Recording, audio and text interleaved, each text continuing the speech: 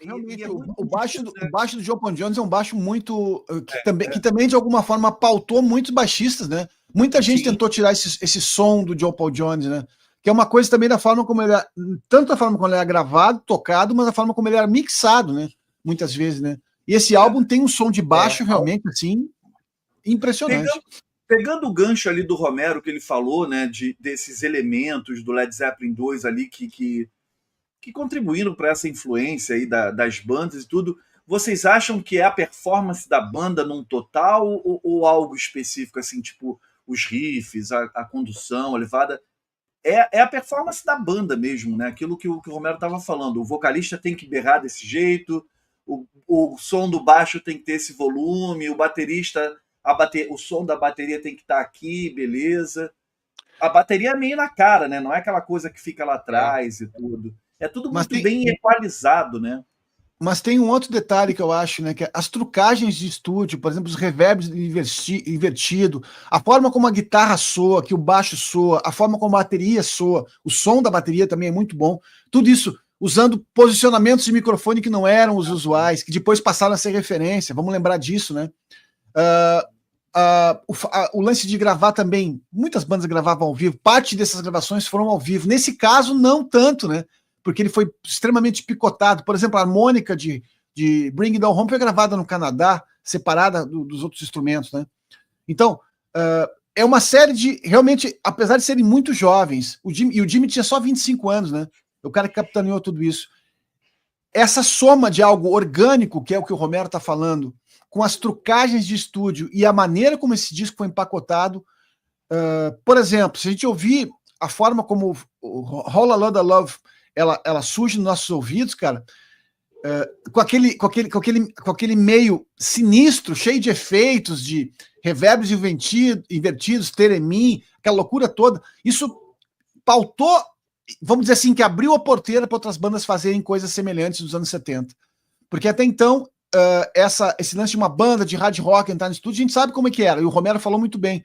Tinha uma jogada de blues rock que era meio quadrada, meio engessada, né? E o Led Zeppelin, com esse disco, ele sai completamente desse quadrado. Ele já insinuava isso no primeiro álbum. Insinuava. Nesse ele mostrou realmente que... porque no primeiro você tem o Baby I'm Gonna Leave You bem, com violões. O próprio Good Times, Bad Times, ela é muito mais um rock pop, um power pop, assim, do que um hard blues rock, né? Certamente. Ela já insinuava, mas aqui eu acho que eles põem mais o pé. O lance é que esse disco, ele tem umas coisas que entram no imaginário coletivo, né? Assim, não tem um garoto que, assim, alguém que não vai entrar e não sabe o riff.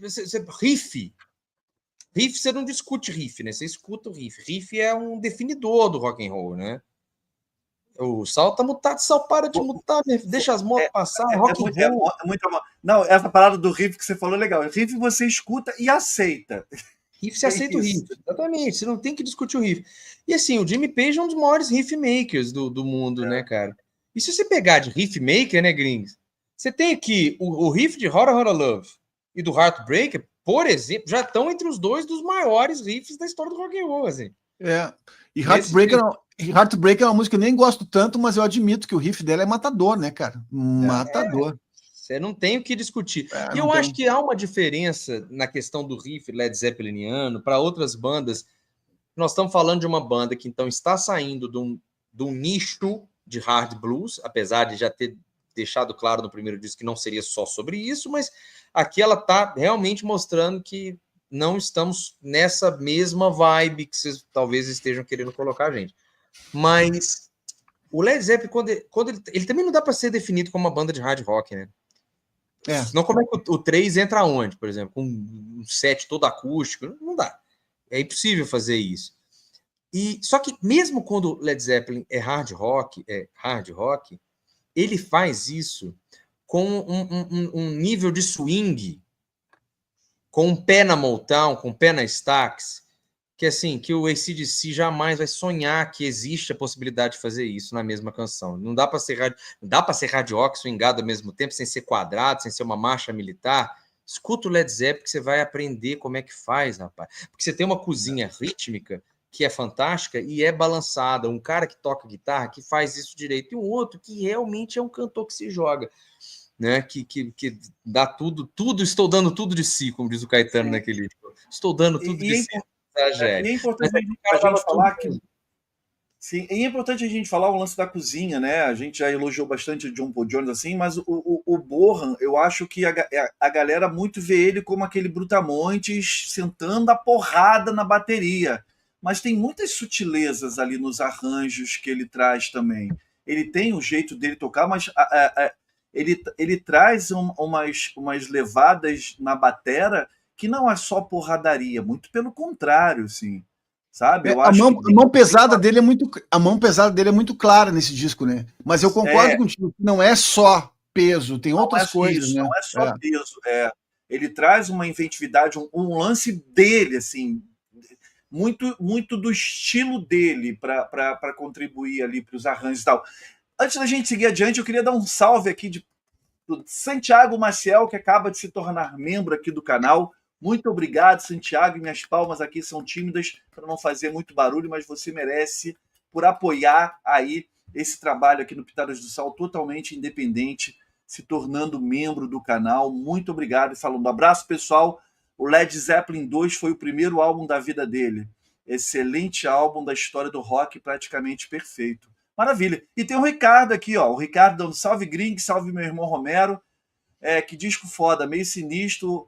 Love é um exemplo incrível de algo de vanguarda. E o Ricardo... Certamente. Abraço pro Ricardo aí, grande amigo do Romero. Esse é mesmo. Mas ele a gente fala todo dia, e ele é um fã de Led Zeppelin, deve estar no ele top 3 de bandas dele. Maníaco. Zepp maníaco, assim.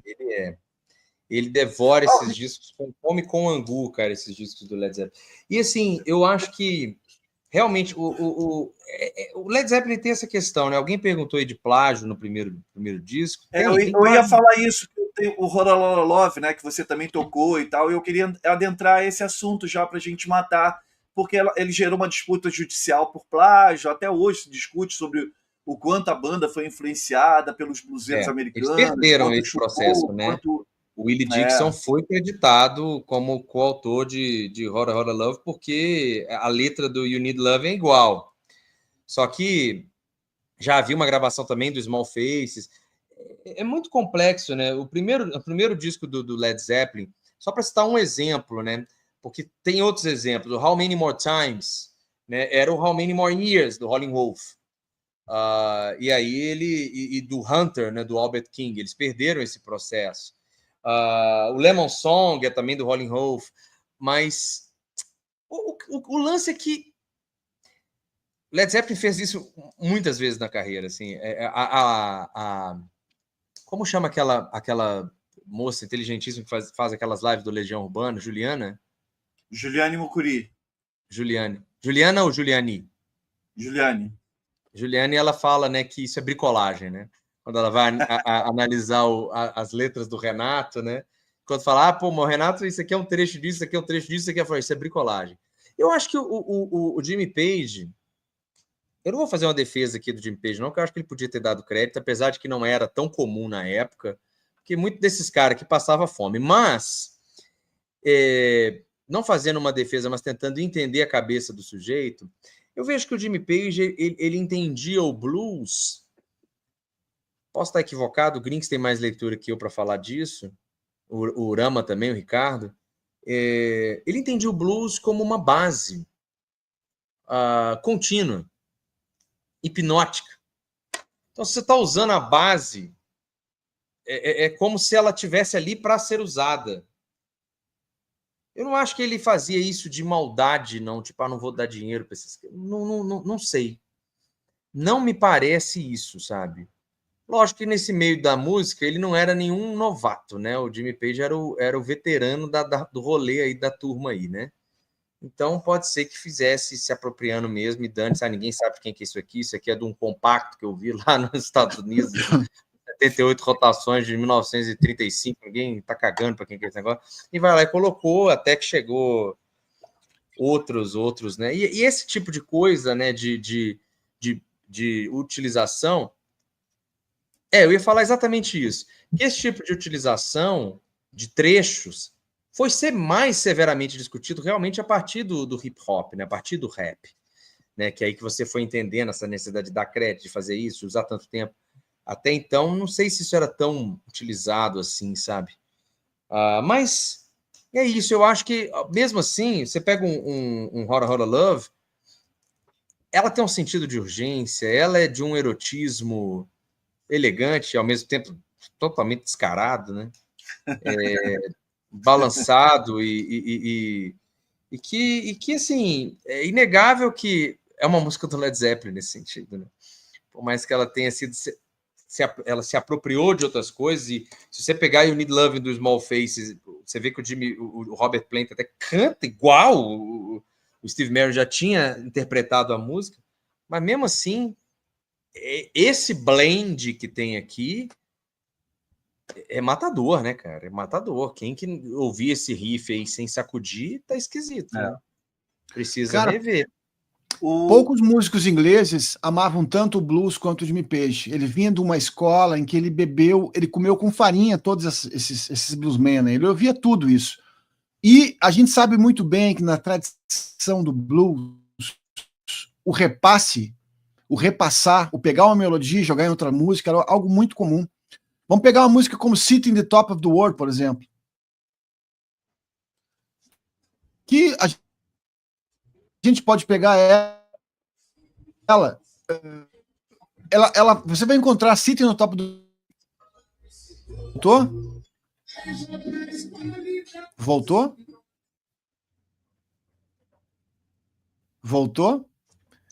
Qual foi a última frase? Sitting Top of the World. Pegar a música... Sitting on the Top of the World, por exemplo, é uma música que a gente encontra ela com 4 ou 5 autores diferentes.